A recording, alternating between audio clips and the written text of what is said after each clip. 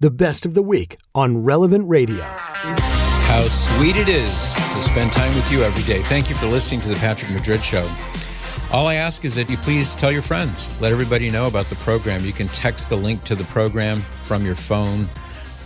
Text the Relevant Radio app from your phone as well. We'll get people listening. Thank you. Let's go to Julian now in San Jose, California. Good morning, Julian.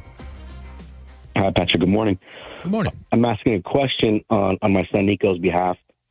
He wants to know if Jesus wants us to love everybody, are we supposed to love the devil too? No. And there's a reason for it. There's actually a theological reason for it. And that is because we love our fellow human beings. We love the good angels too, but we'll come back to angels in a minute. We love our brethren, our neighbor, other human beings, because number one, this is what Jesus commands us to do. Remember, he says the greatest commandment is to love God with all your heart, mind, and strength, etc. And the second commandment is like the first, to love your neighbor as yourself. And he says that all the commandments are subsumed into those two commandments in that order.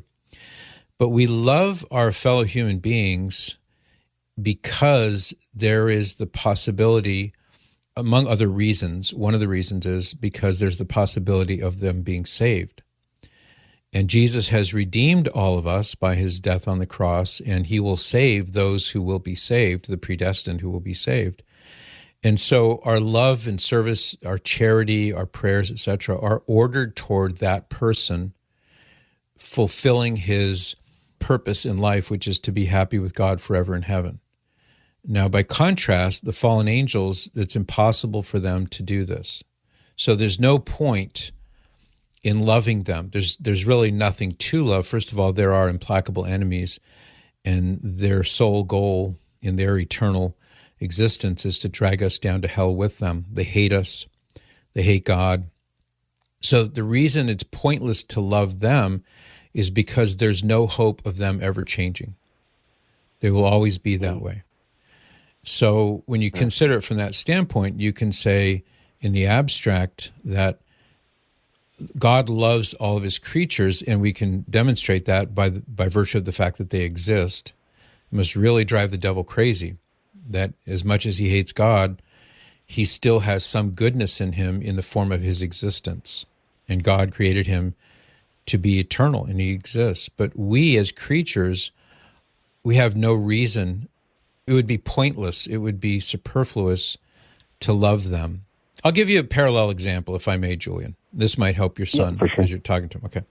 I've talked about this with my grandchildren, and usually I start talking about these things with them when they're little, like 4, 5, 6 years old. And I'll say something like, hey, you guys, who created everything in the world? And they'll say, God did. They raise their hands, God did, God did. And I'll say, now you love God, right? And you want to know him, right? They say, yeah, we love God, blah, blah, blah. And I'll say, well, who created the animals? God did. All the hands go up. You know how they are. And I'll say, so shouldn't we be teaching the animals about God? And then they stop, and you can see this sort of puzzlement come on their faces. And I say to them, well, I mean, God created the animals. They're here because God created them. Shouldn't we teach the animals about God?